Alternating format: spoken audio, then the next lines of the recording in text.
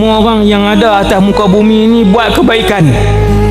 Jangan tunggu masa yang sesuai, jangan tunggu orang. Buat kebaikan, jangan pilih kebaikan yang kita nak buat. Walaupun kebaikan tu sekecil buang satu tahi cicak di dalam sebuah masjid.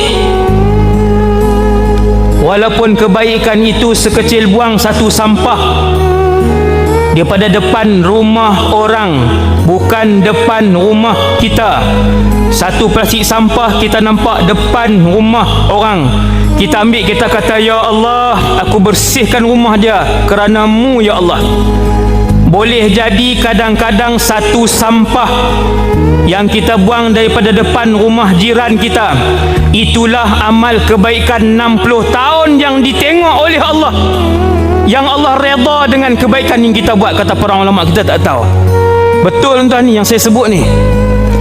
Kita tidak tahu amal ibadah kebaikan mana yang kita buat yang dipandang oleh Allah. Bukankah kita pernah dengar seorang wanita yang menyelamatkan seekor anjing? Wanita itu wanita fasik. Wanita itu wanita fasik, dia selamatkan seekor anjing yang kehausan.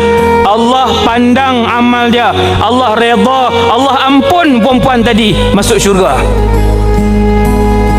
Bukankah kita pernah mendengar kisah seorang wanita ahli ibadah, akan tetapi dia kurung seekor kucing. Dia tak bagi makan sampai kucing tu terseksa mati. Sakit demi sakit, kemudian sakit dan mati.